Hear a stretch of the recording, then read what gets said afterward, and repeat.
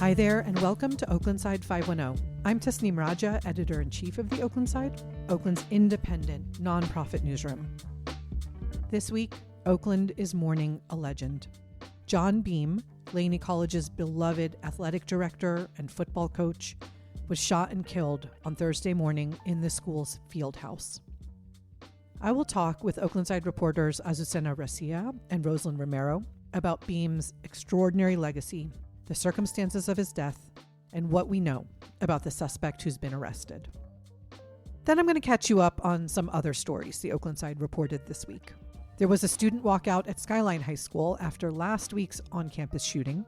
Mayor Barbara Lee has named Oakland's interim police chief. The Oakland Police Department is facing a new lawsuit over license plate reader cameras and surveillance. Red Bay Coffee is closing its Fruitvale flagship. And there's a production of Cabaret opening in Oakland this weekend that feels especially timely right now. Let's get into it. Oaklandside reporter Azucena Recia covers arts and community in Oakland. Rosalind Romero covers public safety. They have been talking to anyone and everyone they can as Oakland grapples with this unbelievable tragedy. Thank you for having me. Glad to be here. Okay, Azucena, you are a lifelong Oakland resident with a lot of personal connections to Laney College. Now, as journalists, we do not often share our personal feelings, but in this case, I think it is warranted. Will you tell us how you heard this news and tell us how you felt? Yeah, I first got the notification on the Citizen app, and I began exchanging messages with my colleagues at the newsroom. If I remember correctly, Rosalind reach out to Peralta and local authorities to get more information. And that's how we were able to confirm the victim was Coach Beam. How did you feel when you heard the news? I mean, it's an unthinkable tragedy. There was so much uncertainty at the time when we first got the news, not really knowing the condition and not getting any information for hours until I started reaching to my sources who sort of started updating me on his condition. Right. So, Azucena, for any listeners who have never heard of John Beam, can you paint a picture of who he was? You know, what made him legendary? Yeah, Coach Beam shaped the lives of countless of young men in Oakland dating back to the early 1980s, really at the peak of the crack epidemic in Oakland. He really helped so many lives. He saved so many lives from falling into the trap of using or dealing drugs. He coached them and prepared them not just for football, but for life and how to become outstanding citizens. You know, we mentioned in some of our reporting that more than 100 of his players went to play Division I college football and over a dozen made it to the NFL. I mean, that's extraordinary. I just want to make sure people understand the scope of his career. So can you walk us through his journey from Skyline High School to Laney College? Yeah, so Coach Beam began his coaching career in San Diego, where he's from. In the early 80s, he moved to Oakland with his wife, and he began his job as a defensive coordinator at Skyline High in 1982. While working at Skyline, he also began working in 1983 at Frick Junior High School. That's what it was called. Now it's called Frick United Academy of Language. Right. He juggled both those jobs at Skyline and also being a PE teacher at Frick, and he had that job from 1983 to 1988. He became head coach at Skyline in 1987, and that lasted until 2004 when he joined Laney College as the running back coach and then as a defensive coordinator. He became the athletic director at Laney College in 2006, and in 2012, he became Laney's head football coach. Got it. During his time at Laney, he actually led the Laney Eagles to the 2018 state championship. And as a coach at Laney, he achieved a 90% graduation and transfer rate from the community college onto four-year universities. Wow. You know, a lot of people outside Oakland might know Beam from the Netflix show Last Chance U. So can you explain what that show was and how it featured Laney and Coach Beam? Yeah, so the fifth season of the show follows the 2019 Laney Eagles and all of the obstacles they faced trying to defend their championship title. The show touches on how gentrification affected the livelihood of the players. Some of them were commuting long distances because they had to move away from Oakland. Others were scrambling to get good grades while raising a family. Some of them were young dads. Wow. The show really shows Beam's father figure, like that side of him, and how he helped the students navigate everyday challenges. So tell us about what we learned from Last Chance U about who Beam was as a coach. You know, what do you see on that show when you watch him working with his players? I mean, he really was a father figure, and he was all like tough love. That's like the best way that I can describe it. In one of your stories, Azucena, you quoted Coach Beam once saying, "My loyalty is to this community. They have given me more than I've ever given them. They gave me a place to belong." So clearly he had a big connection to Oakland. I want you to tell us more about his personal life, his family. You know, who were his loved ones? Yeah, something I learned through my sources that I've been talking to in the past few days is that when he first moved to Oakland, he lived on the flatlands. He lived really close to Frick. He then moved to the hills. He was really close, actually, to Skyline. He leaves behind his wife of 4 decades, whom she met actually back in San Diego when they both attended a speech by Angela Davis. They had 2 daughters, Monica and Sonia, and he also leaves behind young grandkids. Azucena, you've been covering this story from the very beginning, from that first breaking news report, through talking with students and families who want to pay tribute to Coach Beam. We're also publishing a really lovely memorial, essentially, on our site, where you've gathered photos and audio of people who knew him, worked with him, you know, learned under him over the years. We'll link to that in the show notes.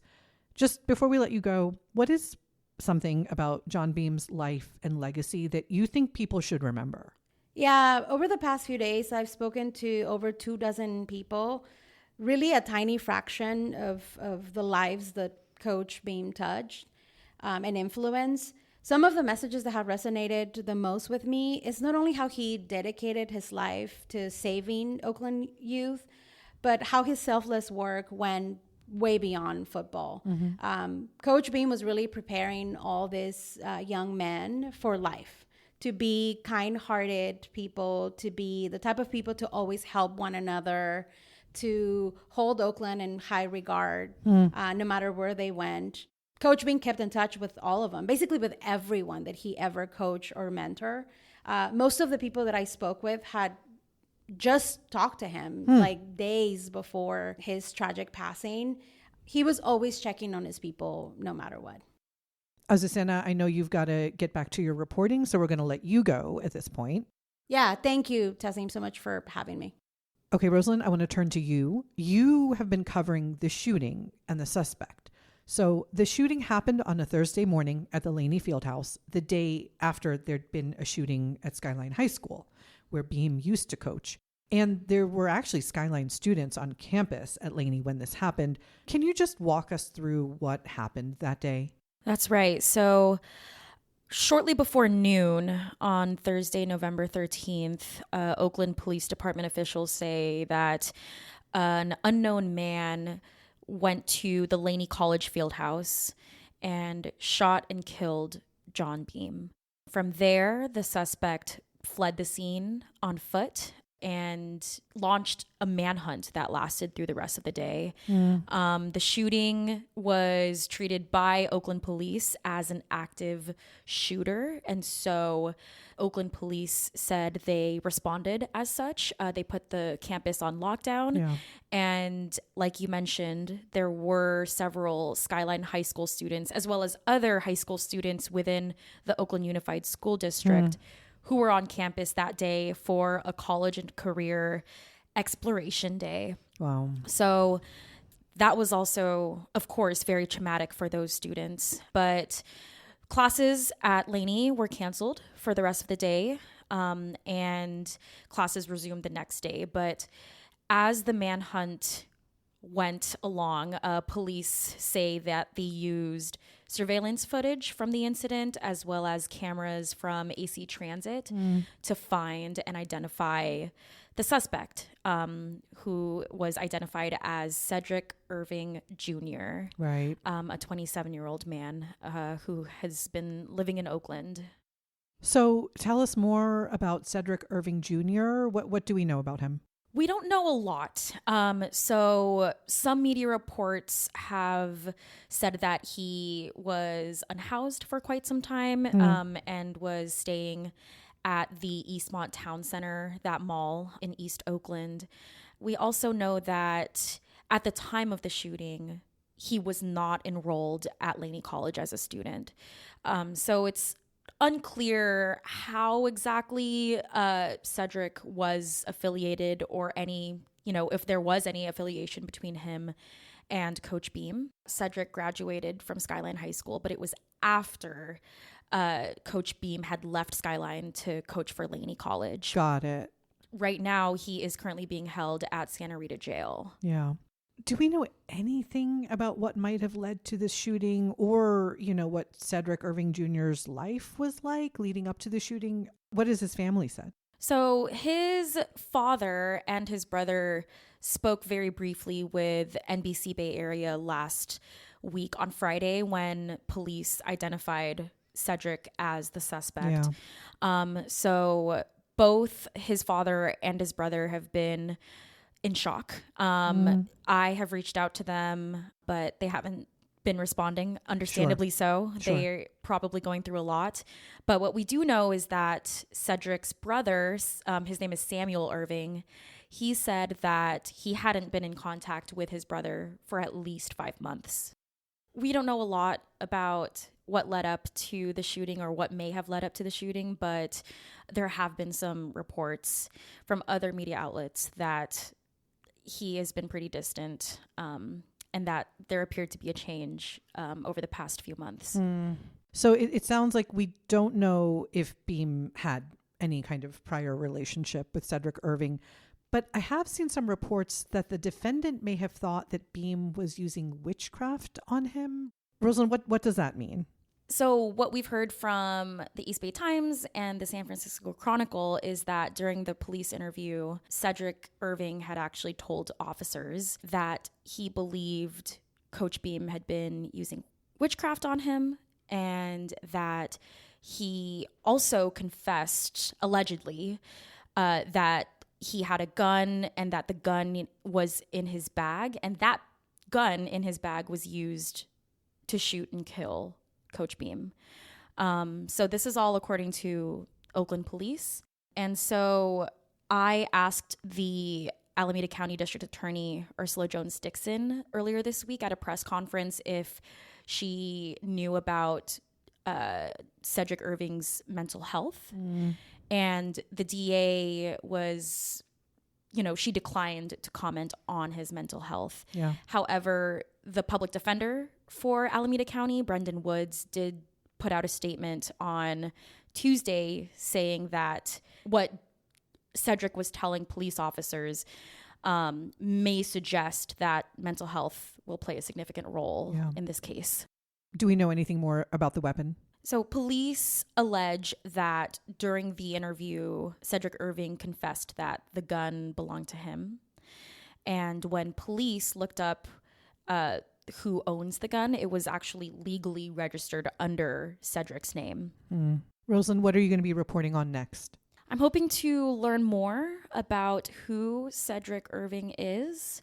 And like we mentioned earlier, what may have led up to the shooting. I'm also really curious how the rest of his case is going to play out, if it's going to go to trial, if there's going to be a plea deal. His next hearing is scheduled for December 16th in Oakland at the Wiley W. Manuel Courthouse. So I'll be there and reporting on that. Thank you so much, Rosalind.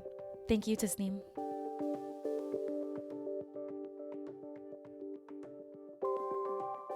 All right, let's get into some other recent reporting from our newsroom. There's more in the full stories, which we will link to in the show notes, and you can always find at oaklandside.org.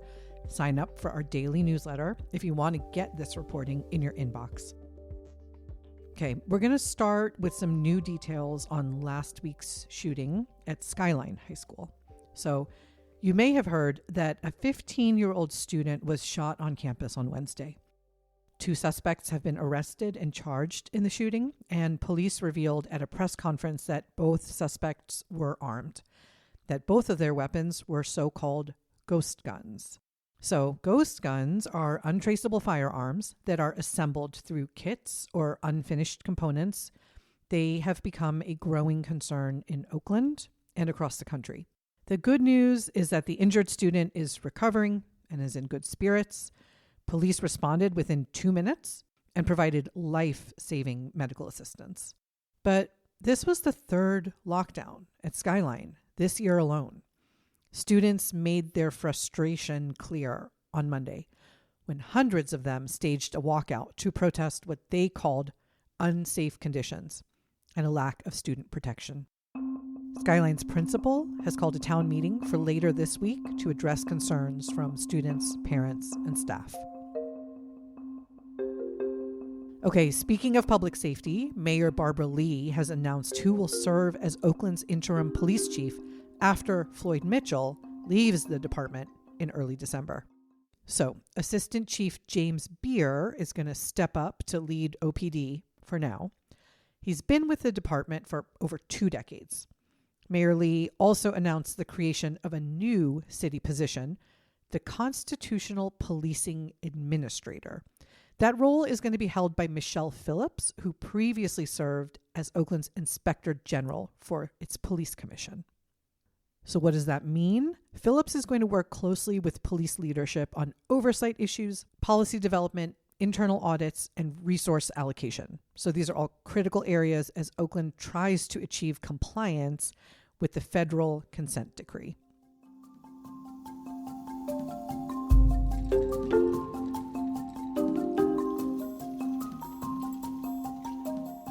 Okay, still staying on public safety for a minute.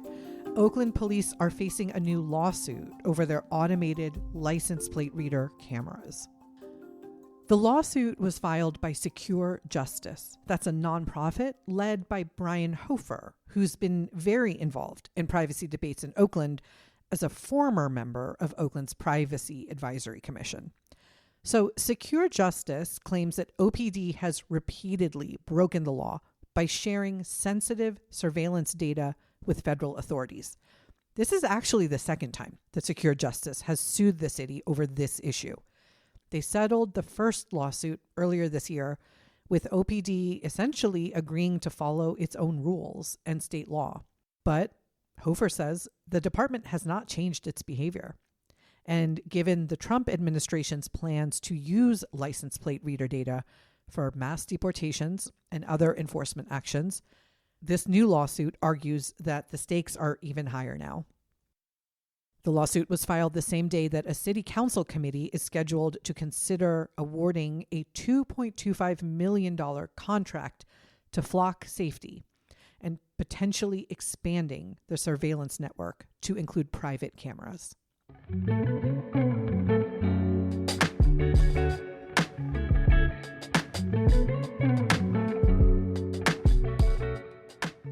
Now, I'm sorry, we've got a lot of tough news this week, and here's some related to Oakland's food scene. Red Bay Coffee is closing its flagship cafe in Fruitvale at the end of this month. So the beloved Oakland-based coffee roaster says the decision comes as their lease ends. They want to focus energy on other parts of their business, including their other East Bay locations in Grand Lake and Berkeley, as well as their San Francisco cafes. Some good news. The roastery is still just down the street on International Boulevard, where you can pick up fresh coffee beans or schedule a tour.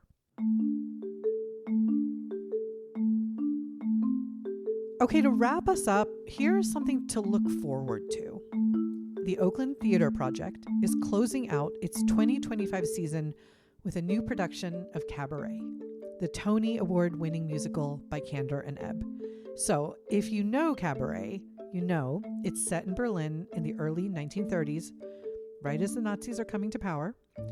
The Kit Kat Club is a space where queer and gender-fluid people can be themselves until suddenly they can't.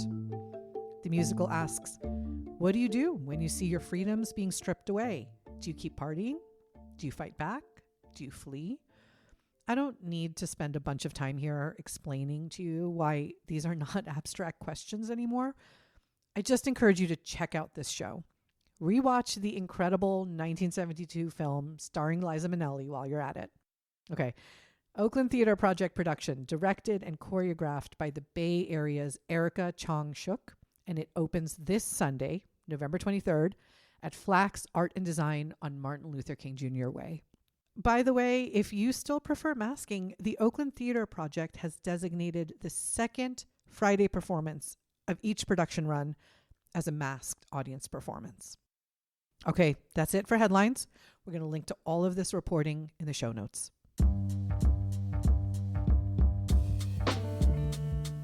All right, that is this week's episode of Oaklandside 510. As always, find all the stories we talked about today at oaklandside.org. While you're there, sign up for our daily newsletter and you are going to get our reporting delivered every day to your inbox. Also, if you haven't already, please do subscribe to the podcast wherever you listen. Share it with your Oakland friends and neighbors. The more people who listen, the more we keep the show going. Thank you so much to Oaklandside reporters Azucena Garcia and Rosalind Romero for sharing their reporting on the death and legacy of John Beam. This episode was produced by Kiana Mogadam and hosted by me, Oaklandside Editor-in-Chief Tasneem Raja. On behalf of this entire newsroom, thank you for showing up for Oakland. We'll see you next week.